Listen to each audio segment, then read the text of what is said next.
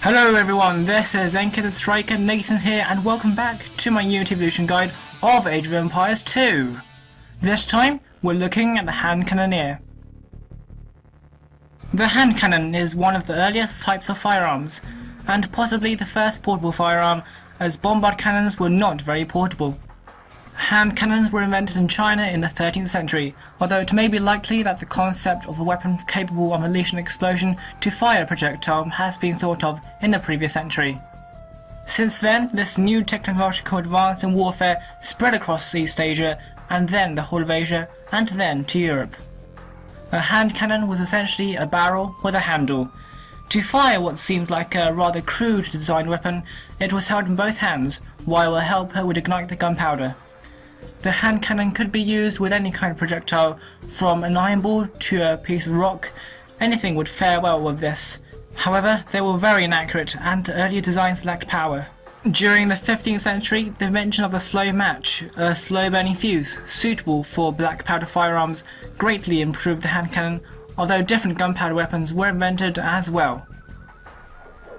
In game, the hand cannoneers are a ranged infantry unit with a very powerful attack.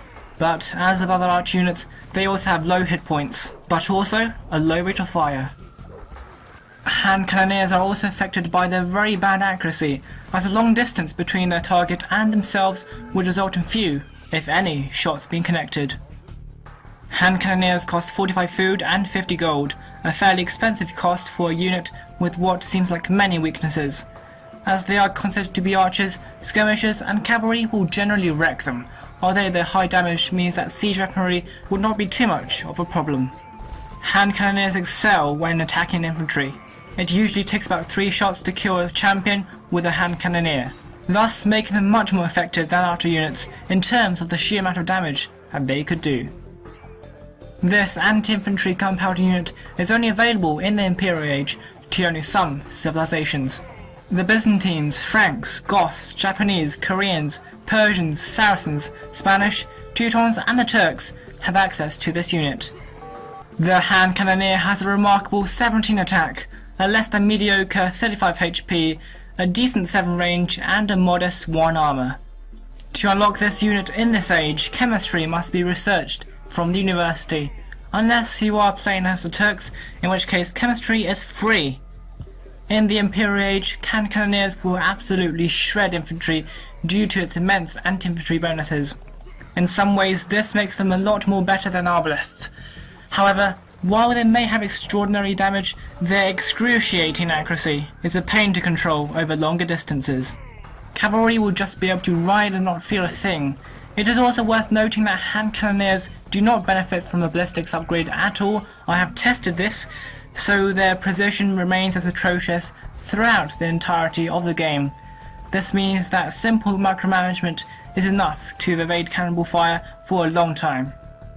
Being classified as arch units, hand cannoneers benefit from arch upgrades from the blacksmith, although that said, only the arm upgrades are applied to them. Of course, this is because hand cannons fire cannonballs, not arrows. The hand cannoneer's attack and range cannot be increased with any upgrades either.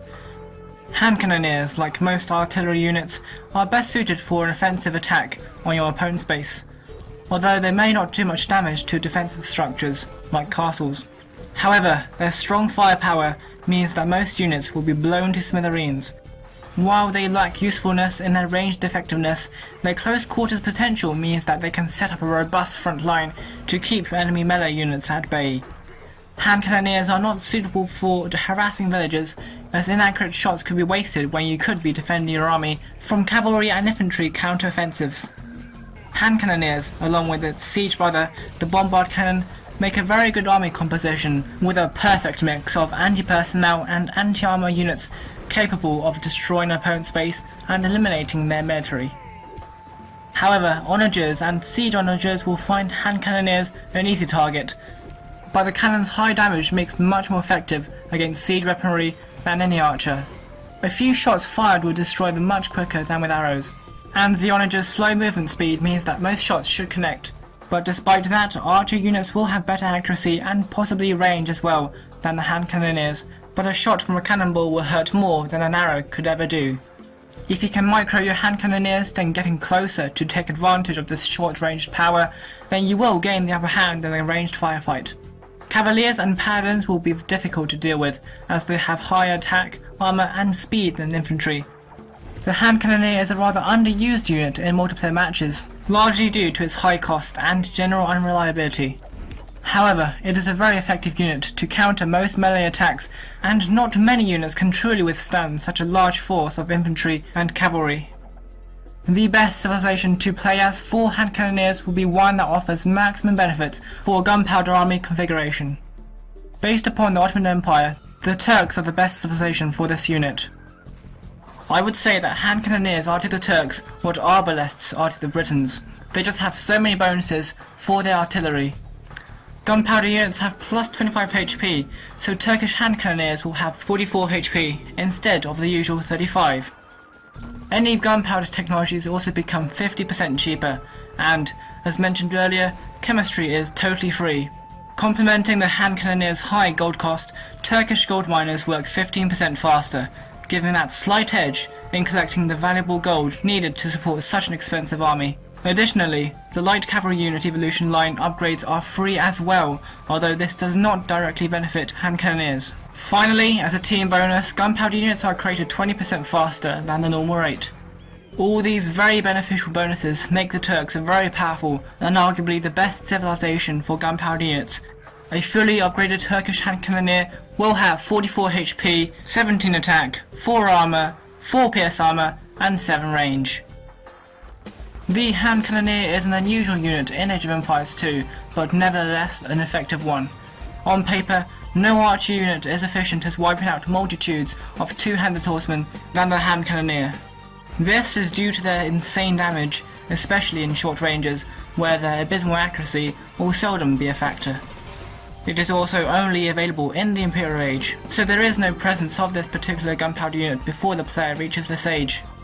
Elite skirmishers will slaughter Hand Cannoneers, as with pretty much all other large units, but such a high damage means that the skirmishers will definitely face a beating when faced with cannons blown up in their faces. Hand Cannoneers are great anti-infantry units, proving to be much more effective than Arbalests to some extent. They will take down multiple infantry with certain success, and heavy cavalry will not be too much of a problem due to its Leviathan attack. If you micromanage well against such dangerous units, you may manage to repel them, although some casualties will definitely occur. Most civilizations with this unit available will almost always profit from its usage, but if you are going for a pure gunpowder army composition, I would still recommend playing as the Turks, as their powerful bonuses will vastly improve the performance of your Hand Cannoneers. In conclusion, if you have a fiery attitude to war and want some explosive action, then load your balls, ignite your fury, and have a blast. Thank you very much for watching. This has been NKZStryker Nathan.